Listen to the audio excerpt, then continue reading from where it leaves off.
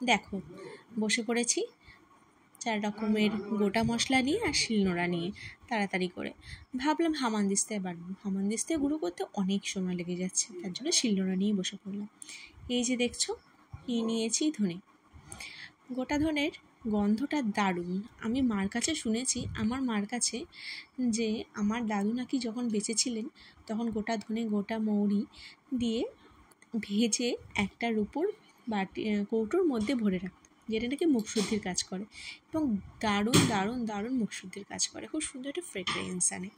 অবশ্য আমরা সবাই জানি গোটা জিরে গোটা ধনে গোটা আর মৌরি এই 3টে জিনিসকে যদি একটু শুকনো খোলায় ভেজে ভালো করে গুঁড়ো করে রাখা যায় এবং সেটা যে কোনো চচ্চড়ি বলো বা ডাল ইত্যাদি যে কোনো পাতলা জ্যান্ত মাছের ঝোল বলো তার ওপরে যদি দেয়া যায় সেটা টেস্ট অসাধারণ হয়। এই যে দেখছো সার্থকবাবু হঠাৎ ঘুম থেকে উঠে তার মুড বিগড়ে গেছে, সে নাকি এসে মার কোলে বসে থাকবে।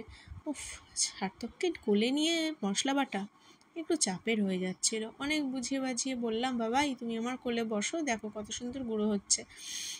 একটু কষ্টও হচ্ছিল ওকে কোলে নিয়ে। ঠিক আছে চলো, আড়াবাটা গুঁড়ো করতে হবে, তো আড়াবাটা হয়ে গেছিলো। এই গুঁড়ো না কখনো মিহি করবে না, একটু আড়াবাটা রাখবে।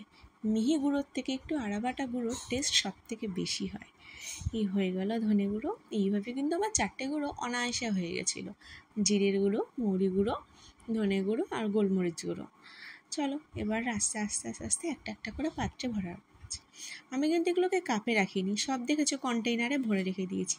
কাপে রাখলে গন্ধটা কেমন উড়ে যায় বলে, তাই জন্য কন্টেইনারে ভরে রেখে দেবে।